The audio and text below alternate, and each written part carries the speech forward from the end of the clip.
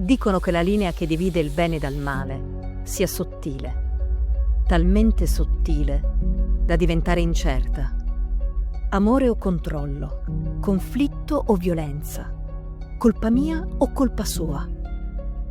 Ci sono violenze che giocano le loro partite su confini invisibili, facili da ritrattare o da spostare appena un po' più in là. Violenze dai confini labili, difficili da nominare e da riconoscere, e a opporsi si ha paura di rimanerne intrappolate. Ma non è così. Una via di uscita esiste. Possiamo risanare e ricalcare la linea tra violenza e non violenza insieme a te. Esiste un'altra linea, fatta di persone specializzate e preparate, pronte ad accogliere, ad ascoltare, ad aiutare.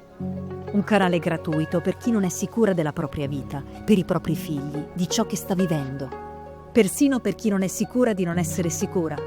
Ascolto telefonico, supporto psicologico, consulenze legali.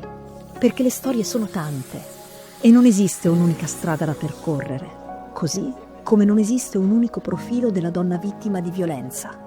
Quelle donne siamo tutti noi quando, insieme, decidiamo di ridisegnare con un tratto netto e una linea sicura i confini di violenze invalicabili. Sicura, la linea che si cura di te.